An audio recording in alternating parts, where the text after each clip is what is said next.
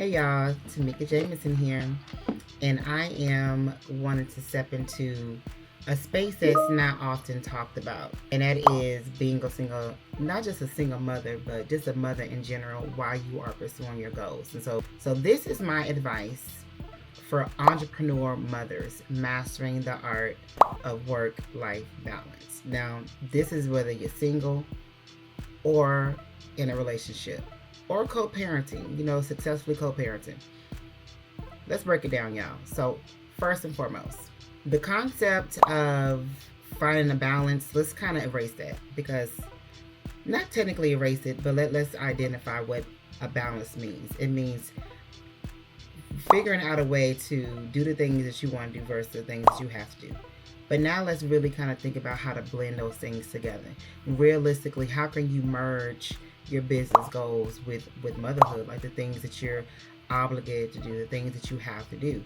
So if you have children that are active in school, or there are activities and there's teacher parent conferences, or maybe you're homeschooling, this is how you really do it. There has to be dedicated times during that week that's just for you. And whether that may be a nap, watching some TV, reading a book, going over your business plan, implementing that business plan, etc. And how you can really begin to tap into those business goals is you really got to identify where you're trying to go first.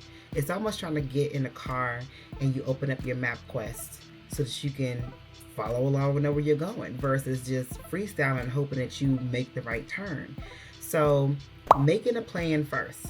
What is it that you ultimately want to achieve? And then breaking down those steps to get to that ultimate goal is literally how you create realistic milestones. Because obviously we can't do everything that we want to do every day. They always say that we got the same 24 hours as Beyonce, and that's a lie. Yes, Beyonce is human, but Beyonce is also, super successful in a sense where she can afford the help. She can afford somebody to manage her social media, afford somebody to manage her brand, conduct meetings on her behalf, set up her tours, dress her, get her hair done, cook her food. There's a lot of things that people can do when you have the resources for that. And so if you don't have the resources for that, now it's all about creating a really good tight schedule and sticking to that schedule, being disciplined in that. And so I personally, so when I had my own, when my children were really, really young, I would create a way to where it just worked. So when they were at school, I managed to do everything that I wanted to do on the computer. I would do my research, I would do my writing. When they would be at home, I would figure out a way to do dinner. I'm probably watching some tutorial or something at the same time, and I'm feeding them. I'm doing them what they need to do, and I spend the personal time. And then at the end of the day, it's my time. I also at the top of the month and the end of the month, I have dedicated days for planning. So at the top of the month, I'm looking at what is my goals for this month, and at the end of the month, did I actually accomplish those goals? I also set quarterly steps and quarterly goals as well. And so it's literally just and I would have an actual physical calendar that would keep me. I'm a little old school, y'all. I even got journals everywhere. It's really where you got to figure out what works for you, and then make it make sense and make it plain. So I would just have dedicated days. And then also when my children were old enough, I made them a part of the business. So if I were going on, and I'm an author, y'all, so currently I have 17 books out, and 17 fiction novels and 5 nonfiction projects. And when my children were old enough, I would take them on the road with me. If I'm doing book signings, I'm doing an expo, like a showcase or something like that, I would have them come on the road with me, and I would make them a part of the process. So my son would help me sell books. My daughter would help do customer service and take emails. So it's all about just figuring out what your children's strengths are. And then once they were done helping me that day, we would go out to dinner. We would go and explore the city.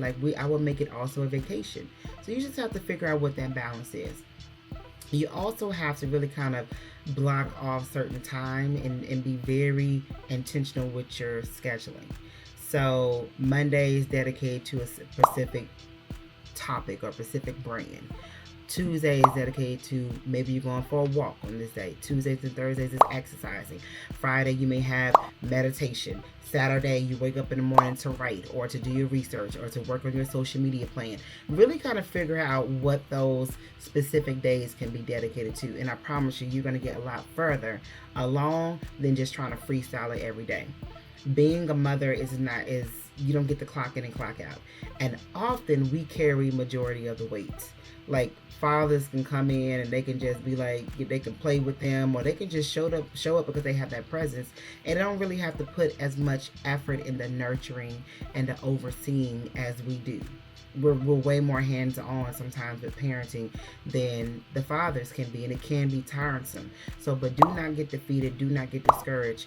It doesn't even matter if it's a very small goal. That small goal could be, let me put my social media plan together this month. Let me write a chapter before the end of the month versus this week. Every week let me meet a goal. Stretch it out to where you are accomplishing something. That is the goal, accomplishing something. Because I promise you that something is more than what you had the previous month. So think about that. Also, too, you may deal with some guilt or you may have pressure on you to be a little bit more present. But you got to understand, ladies, we are human first. We are women first. And you really have to pour into yourself as well as pouring into your children. Figure out a way to where they get the best of you, but you also get the best of you as well. I have known plenty of people that have poured into other people, made sure those other people were good, and then when it was time for them, they were tired, they were exhausted, they were lost, they couldn't figure out what their identity was. And I'm going to highly encourage you not to do that. Figure out a way to make it work regardless. Now, if you want more tips, and I actually give more in-depth tutorials on how to manage your creative career, your entrepreneur efforts, how to manage motherhood, how to get through that emotional and mental block sometimes that we can have. I talk about all this on my Patreon, so make sure that you go to patreon.com/TracyTamika and dive into some of my own personal tips and tutorials and actual things I've implemented into my own life. I'm rooting for y'all. It really can be done. You really can have it all. I'm a living witness to that, and I am rooting for you. You got this.